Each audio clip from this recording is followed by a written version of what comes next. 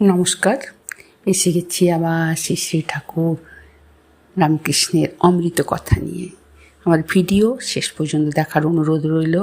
ভালো লাগলে অবশ্যই লাইক, কমেন্ট করবেন, শেয়ার করে দেবেন, আর একটা সাবস্ক্রাইব করবেন প্লিজ।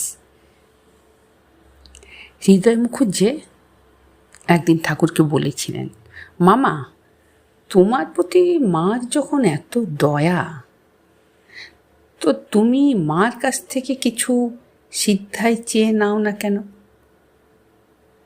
ঠাকুরের তখন বালকের মতো অবস্থা।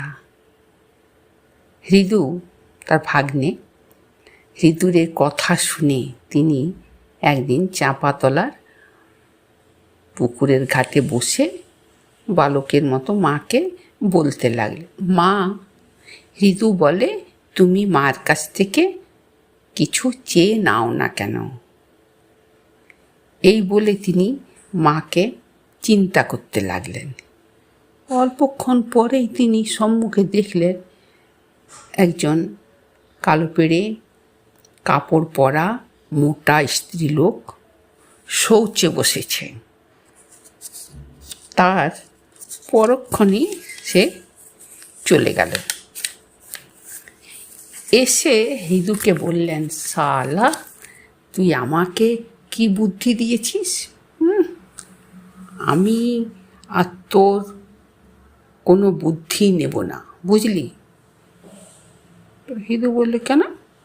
তোর কথা শুনে মাকে যেমন বললুম, মা, হৃদু আমাকে বলে তুমি মার কাছ থেকে কিছু চেয়ে নিচ্ছ না কেন?